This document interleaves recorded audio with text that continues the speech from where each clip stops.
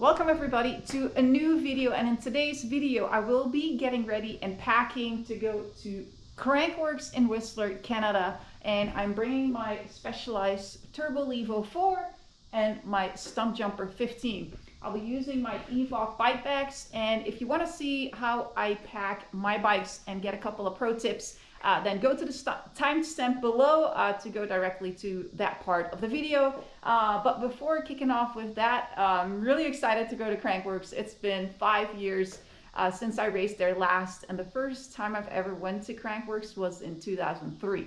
So 22 years ago, and going back, and I'm super excited because it's going to be a pretty special moment for me, doing one final last run on A-line race run. Won't be competitive, but it's more to find some closure, do one more final run, because I've never really been able to do that after the car accident that I was in, and that was exactly 5 years ago in the week that I'll be actually doing that race.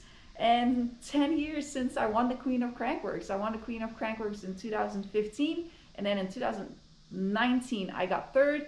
And I've always loved going to Crankworx, race all the different events like dual slalom, pump track, downhill, enduro, air downhill. There's so much going on, and it's such a cool festival. And this year is also their 20th year anniversary. Another thing that I would like to show you guys, and I'm going to put the camera down because I am so excited to show you this. So over the lifespan of my career, I often had custom designed helmets, already early on in BMX and then into mountain biking as well. And for this event in Crankworx Whistler, I am super pumped to show you guys something really special that I got. I got a Troy Lee Designs helmet, and Troy Lee actually put my name on the back of my helmet. I think it's so cool. I've always been a huge fan of Troy Lee. Cherry on top of the pie. And then I'll show you the half shell, my trail helmet that I got from them, and it says Anneke on the back. So super special on that. It's just so cool. As a kid, I always looked up to everything like Troy Lee did with designs and his gear and the helmets, like Sean Palmer, Steve Pete, Sam Hill, you name it. They always had such cool helmets. So super stoked on that, and I was really excited to show you guys that. So let's move on to getting my bikes packed, and I will also show you guys a couple of other things that I think might be really handy if you're traveling somewhere with your bikes, or you're going on a mountain bike trip, what I take and how I pack it. Especially also on the plane, what should you bring on the plane, you know, what should you bring extra for your bike, and how I'm gonna pack these bad boys. So let's get into that. So first bike that I'm gonna pack is my e-bike. I won't be traveling with the battery, so I'm gonna take the battery out, and I'm gonna get a battery over there. It's so nice that nowadays we can just take the battery out and get one on location. The bike bag that I will be using to pack my e-bike in is the Evoc standard bike bag. I also have the Pro, but I'm gonna put my Stumpjumper in the Pro. The reason why is the e-bike is the heaviest, this bike bag is the lightest, so I'm trying to balance the weight so I don't go over the weight limit and they charge me extra. So first thing I'd like to do is take pedals off, wheels off, bars off, and then we'll get into the nitty-gritty of it.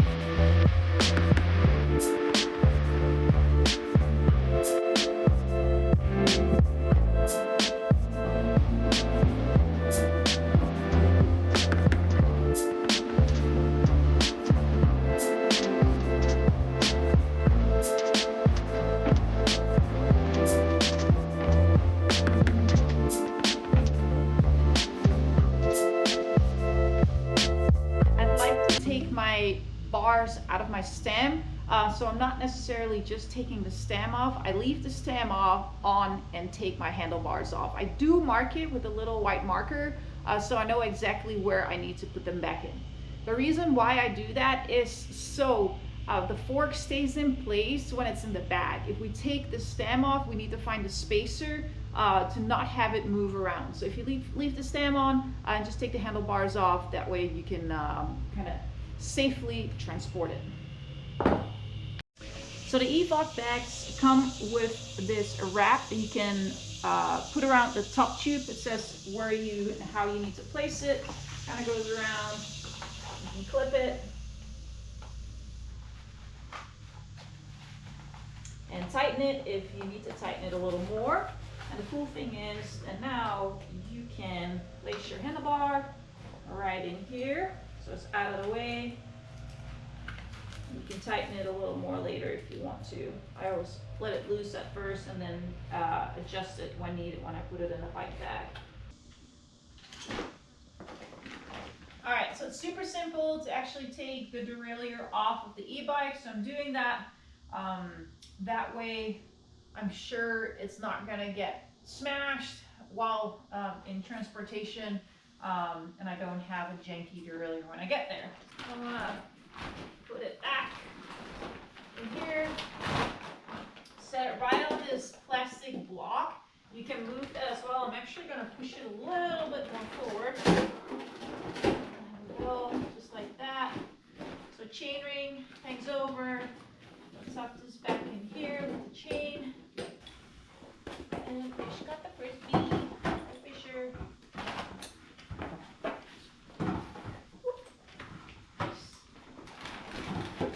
Strap it here first. And then we have some straps. Put this right in here. The bars under here to hold the frame. So I'm going to strap this right here. And we have a bigger strap right here that goes around the frame. Up just like that. And I'm going to check on how the bars are looking. There's another strap you can use to keep the bars in place. Pedals. Boop. The back pocket right here. Awesome. So easy. Straps in, ready to go. Another thing that I like to do when traveling is to take my rotors off. The reason why is if your rotor gets bent and you get to the destination, it's always hard to find new rotors right away, and it's not that easy to bend them back. So I'd rather take an extra couple of minutes to take them off, put them in the bag separately, and then put them back on when I get to the destination. When it comes to the pressure in the tires, I always like to let some out, just not all the way flat, because I have sealant in there and that gets all over the place. So I'm just gonna let some air out. It's like maybe 10 psi lower. That's enough.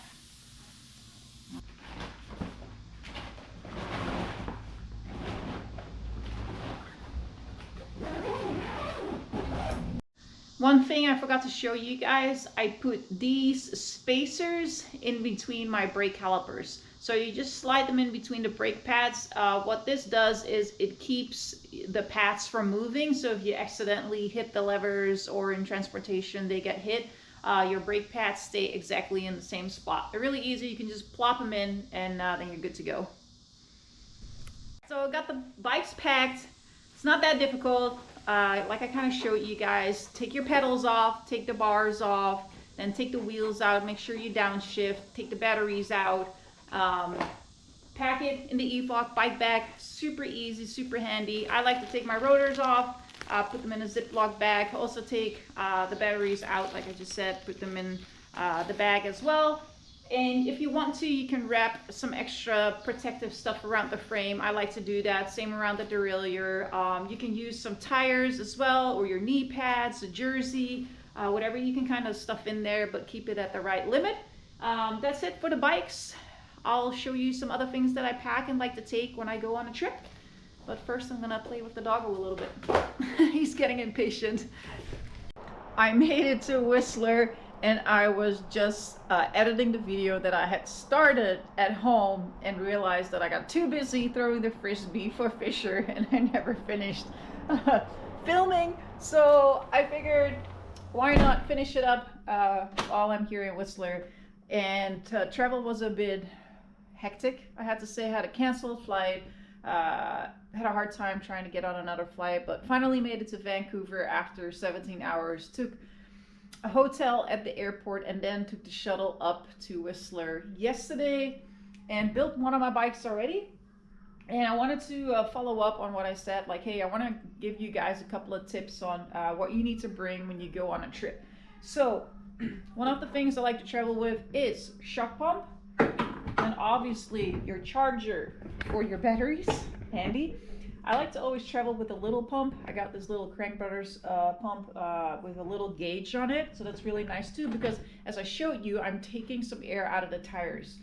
So it's nice having the possibility to pump up your tires so you don't have to go find a bike shop on flat tires.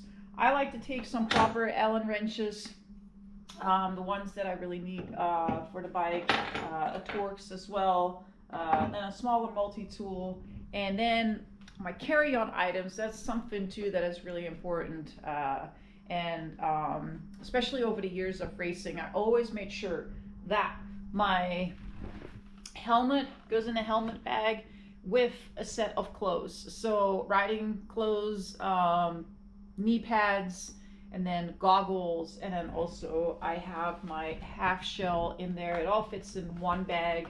The same with a set of shoes, because if your bags don't make it, or let's say your gear bag doesn't make it, then at least you have something to ride with when you arrive.